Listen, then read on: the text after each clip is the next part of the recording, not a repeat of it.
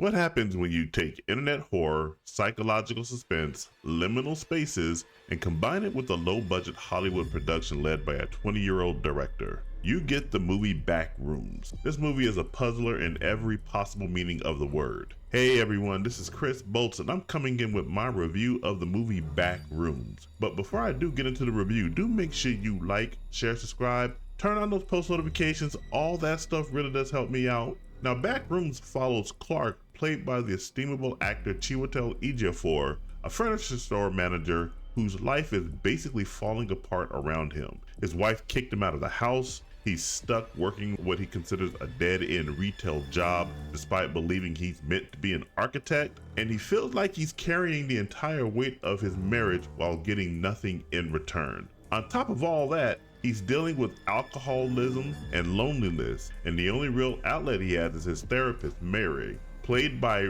Renate Rensiv. I hope I'm saying that name right. Now, one thing I really liked about the movie is how grounded it starts off. Before it goes into all the surreal madness, it spends a good amount of time establishing Clark as a very flawed but believable human being. He's bitter, resentful, exhausted, kind of pathetic at times, but in a realistic way. Clark sleeps inside the furniture store because he's the manager and he has nowhere else to go. And while he's staying there, he keeps noticing there are electrical shortages. The lights flicker, they come on, they go off, and he doesn't know why. And then one night, during another electrical shortage, he notices a gleam of light coming from behind a wall where there absolutely should not be any light. Clark enters this hidden space behind the wall and discovers what looks like an endless collection of interconnected rooms. Some of them look like abandoned offices, some are stuffed with random mismatched furniture, others are dark,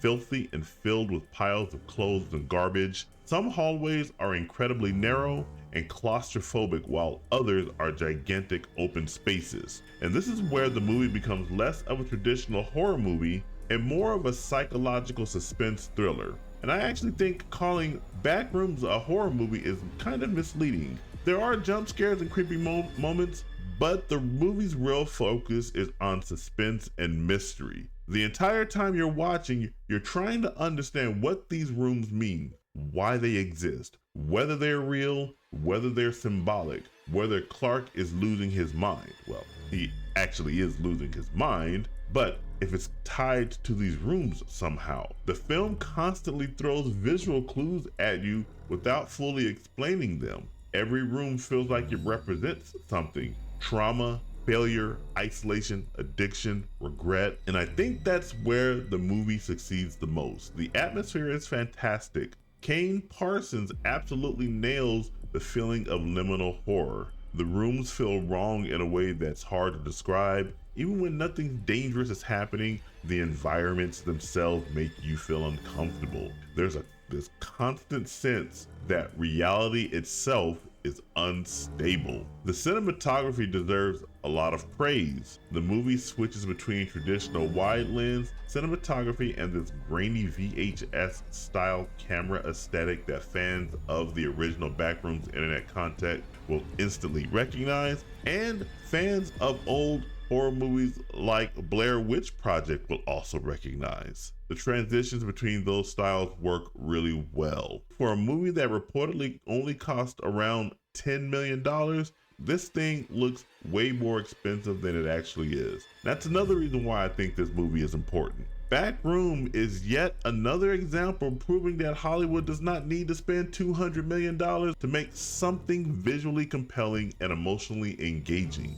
This movie relies heavily on atmosphere, acting, cinematography, and tension rather than giant CGI action scenes or non-stop spectacle. And for the most part, it works. The acting performances are also really strong. Mr. Ejiofor completely carries this movie emotionally. Clark spends most of the film confused, angry, scared, or emotionally unraveling, and Mr. Ejiofor sells every stage of that descent perfectly. There are scenes where Clark is just wandering through empty rooms and somehow it still remains engaging because he gives the character so much emotional weight. And Renate Reinsve is also excellent as Mary. Her role becomes increasingly important as the story progresses. She acts as Clark's emotional anchor, and without getting into spoilers, the movie gradually reframes their relationship in ways that become central to understanding the film theme. And just a random side note here. Props to Chiwetel Ejiofor for properly applying a rear naked strangle in the movie.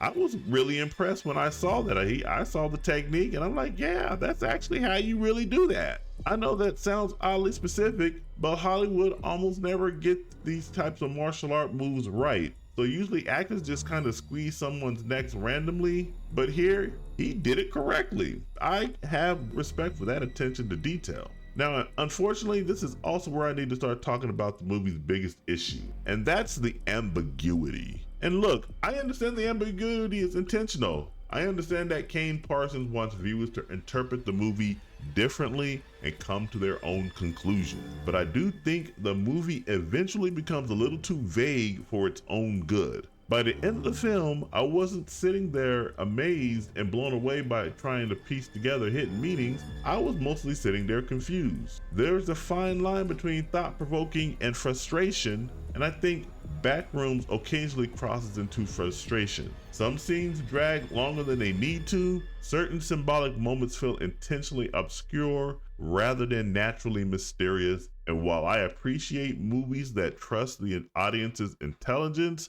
I also think there needs to be enough connective tissue for the audience to emotionally land the ending. And for me personally, the ending didn't fully land. I understand what the movie was trying to say emotionally. I understand the themes of isolation, alcoholism, guilt, and emotional decay, but the actual execution left me scratching my head more than emotionally impacted. Now, with that said, I do think there are going to be a lot of people who absolutely love this movie specifically because of that ambiguity. If you enjoy movies where you can sit down afterward and debate interpretation for hours, this is probably going to be your thing. This feels like one of those movies where Reddit threads and YouTube analysis videos are going to explode with theories about hidden meanings and symbolism. That's kind of impressive for a movie like this, especially considering Kane Parsons is only 20 years old. Even though I don't think the movie fully sticks the landing, the sheer confidence and creativity behind the direction is undeniable,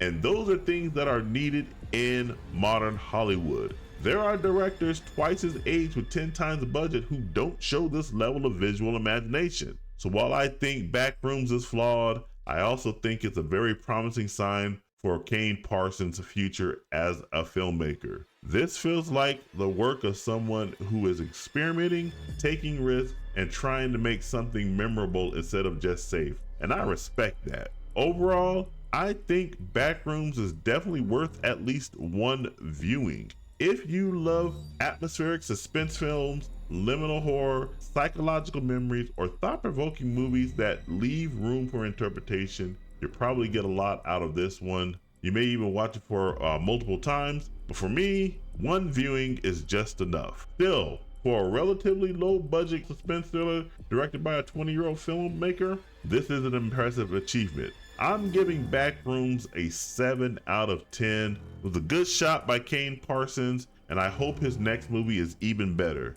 But those are my thoughts on Backrooms. What are your thoughts on the movie?